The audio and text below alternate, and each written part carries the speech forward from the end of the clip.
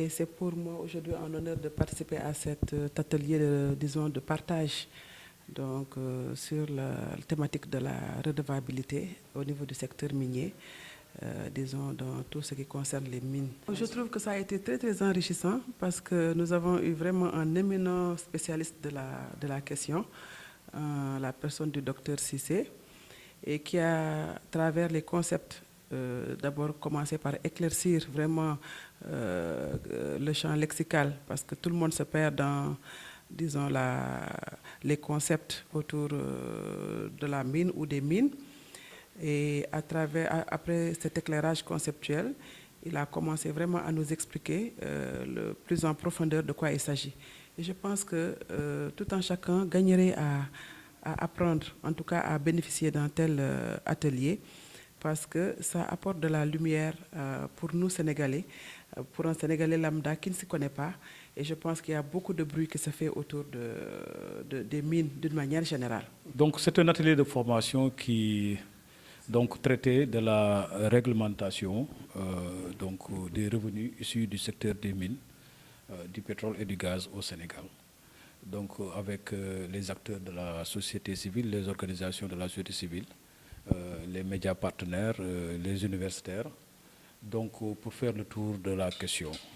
Ça nous a permis donc déjà d'aborder certains sujets quand même assez spécifiques, comme certains concepts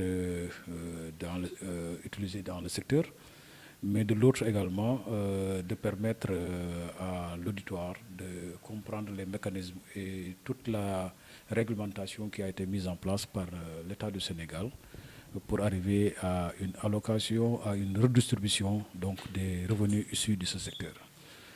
Donc à travers le fonds d'appui et de péréquation donc, des collectivités territoriales. Vous savez que dans le code minier, 20% des recettes minières sont redistribuées entre les communes, 60% pour les communes qui abritent les opérations minières et 40% en guise de péréquation pour les autres communes.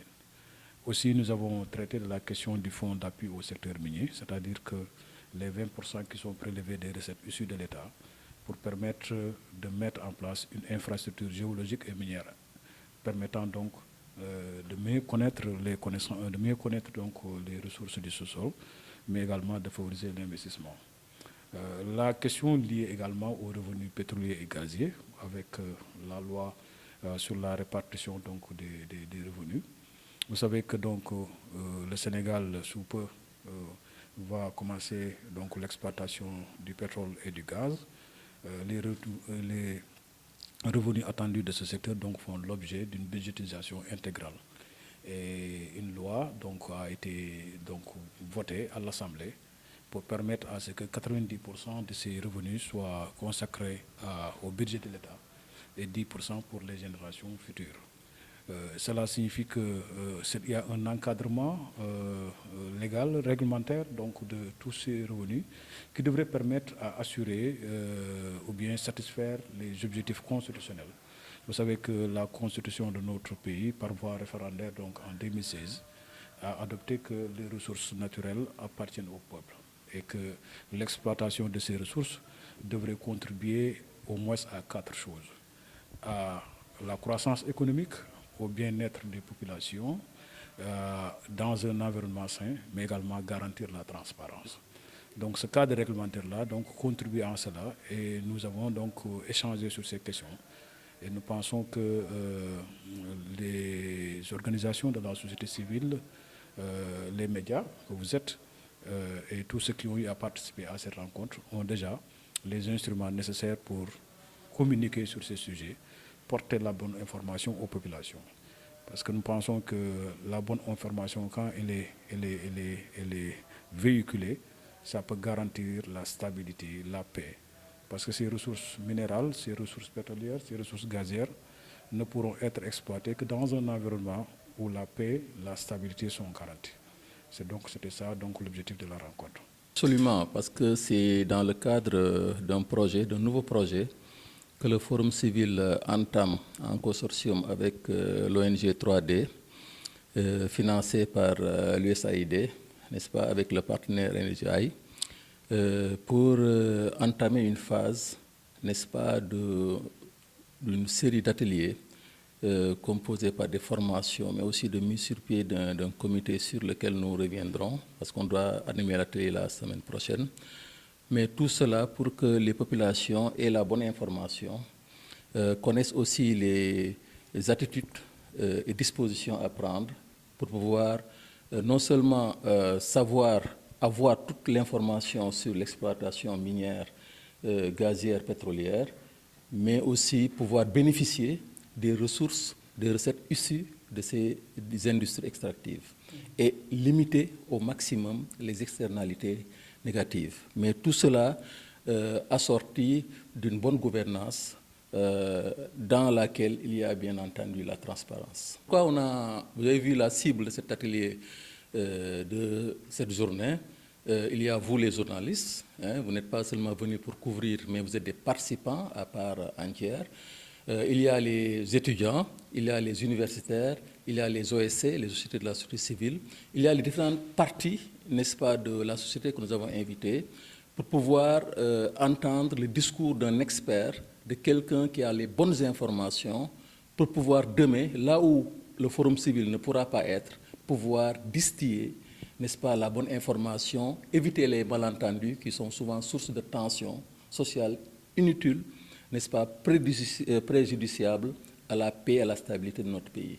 Donc, vous qui êtes invités avec les autres, vous êtes les vecteurs, n'est-ce pas, pour pouvoir ventiler, donner la bonne information pour que les populations puissent être averties et puissent avoir une attitude responsable pour que nous puissions bénéficier correctement des ressources issues de ces industries extractives. Parce qu'on a vu d'autres pays, on parle de malédiction du pétrole, souvent l'une des sources, c'est la désinformation.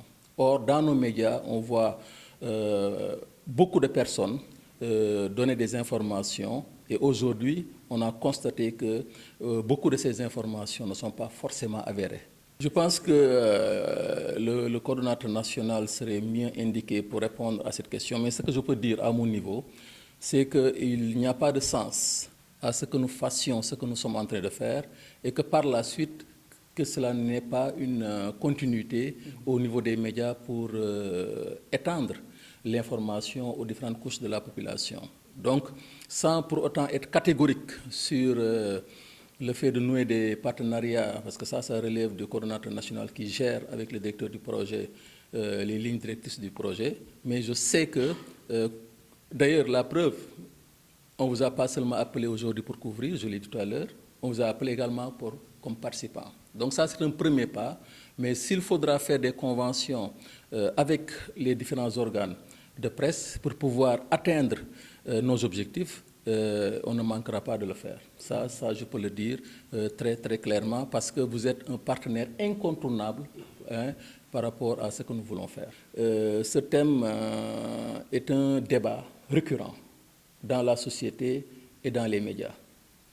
Et comme je l'ai dit, potentiellement capable de déstabiliser aussi le pays. Parce qu'on parle de beaucoup d'argent, le docteur Cissé vient de le dire, et si on ne fait pas attention, on pourrait penser que ça doit être un partage de gâteau. Et que là où on pense qu'il y a un partage de gâteau, c'est des frictions, c'est des tensions qui peuvent déstabiliser de l'intérieur du pays ou bien de l'extérieur. Donc, raison pour laquelle il est important que nous puissions initier ce genre d'activités pour que les couches de la société, à travers les OSC, comme je l'ai dit, les journalistes, les étudiants, les universités et d'autres, puissent avoir la très bonne information pour que personne ne puisse les abuser ou bien les désinformer. C'est surtout le sens de ça.